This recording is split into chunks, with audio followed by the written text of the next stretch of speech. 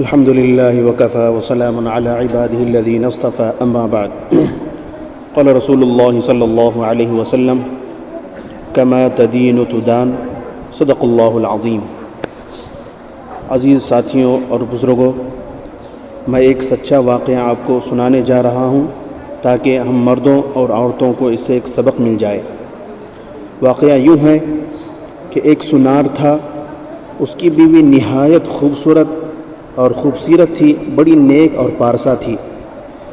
ایک دن جب سونار دوپہر کے وقت کھانا کھانے گھر گیا تو اس نے دیکھا کہ اس کی بیوی زار و قطار رو رہی تھی، دھاڑے مار مار کر رو رہی تھی۔ اس نے پوچھا، اللہ کی بندی کیا ہوا؟ کہنے لگی کہ یہ چھوٹا سا یتیم بچہ جو ہم نے گود میں لے کر پالا تھا اب 17 سال کا ہو چکا ہے۔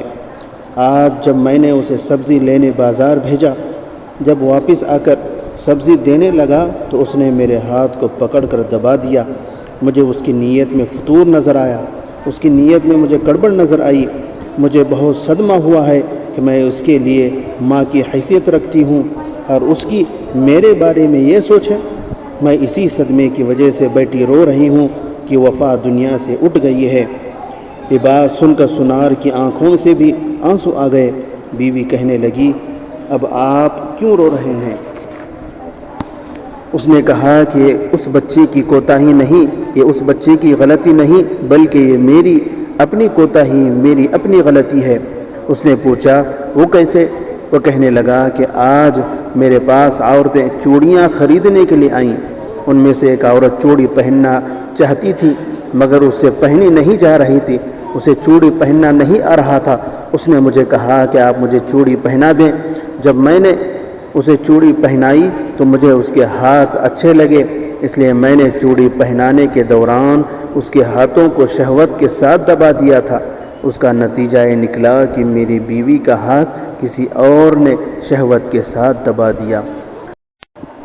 دیکھیں عزیز ساتھیوں، ہمیں اس واقعے سے سبق ملتا ہے کہ ہم دوسروں کی بہن بیٹیوں کو غلط نگاہ سے نہ دیکھیں اور نہ کسی کو شہوت کے ساتھ ہاتھ لگائیں اور نہ چھوئیں، بلکہ جیسا کہ میں نے شروع میں حدیث پاک پڑھی، کما تدین تدان، اس کا ترجمہ یہ ہے، اب صلی اللہ علیہ وسلم نے ارشاد فرمایا کہ جیسا تم کرو گے ویسا ہی پاؤ گے۔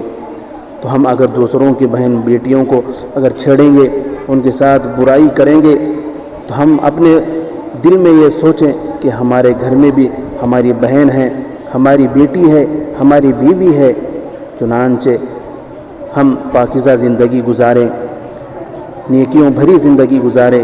آخر میں اللہ سے دعا ہے کہ اللہ تبارک و تعالی ہم سب مردوں اور عورتوں کو پاکیزہ زندگی گزارنے کی توفیق نصیب فرمائے، آمین۔ وآخر دعوانا ان الحمد للہ رب العالمین۔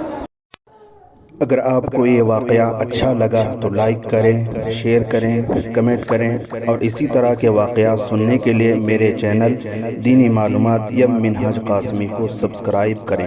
جزاکم اللہ خیرا۔ السلام علیکم ورحمۃ اللہ وبرکاتہ۔